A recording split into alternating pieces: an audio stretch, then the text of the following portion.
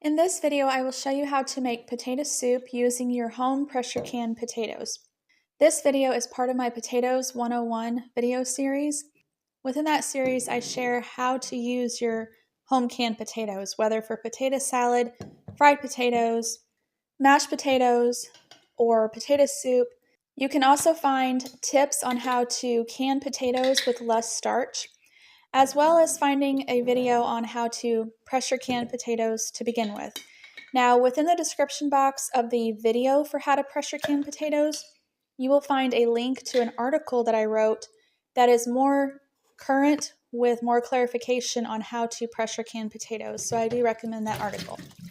So here I am using 2 quarts of our pressure can potatoes. These quarts are 14 months old. The first thing you want to do is drain the liquid from the potatoes and give them a good rinse. Now this liquid that you drain, you can use it to water plants, to give to your animals, or to put in a soup or just drink it. There are nutrients within that liquid. Now honestly, you can go ahead and just do whatever potato recipe you want. Right now, they are basically the same as raw. So do whatever suits you and your taste, but here's what I'm doing.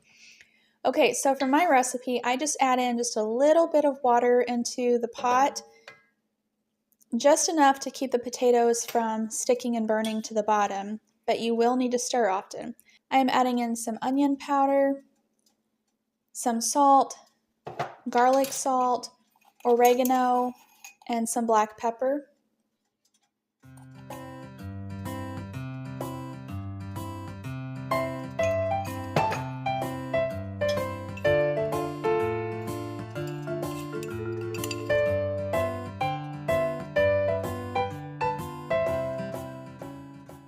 After you add in your seasonings, you want to go ahead and bring your pot up to a boil and give it a good mix.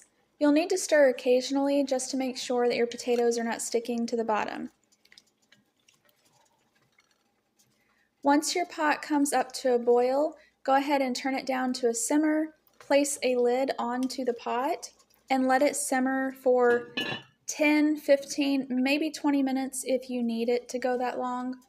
You want the potatoes to be mashable.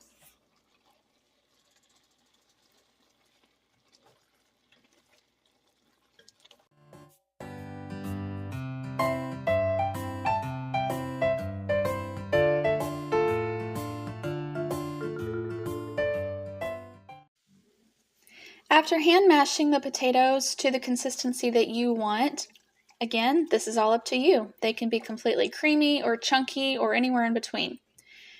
Then you are going to want to add some milk, or you could add part milk and part chicken broth.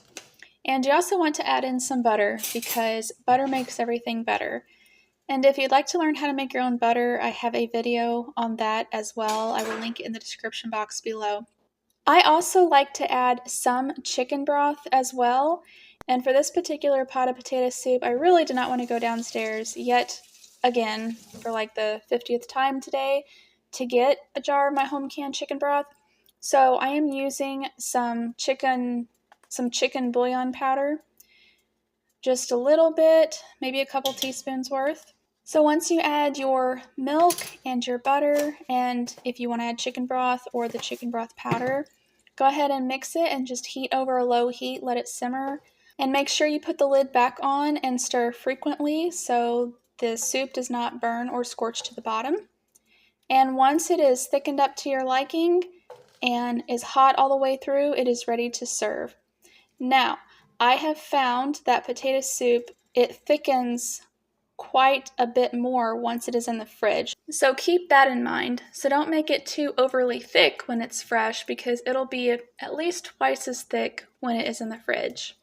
My oldest, who is now 20, when she was just a very little thing, she loved taking crackers and using her spoon, she would dip her potato soup and top a cracker with it, and then she would take a little finger pinch of parsley and sprinkle on top, and that's how she would eat her potato soup.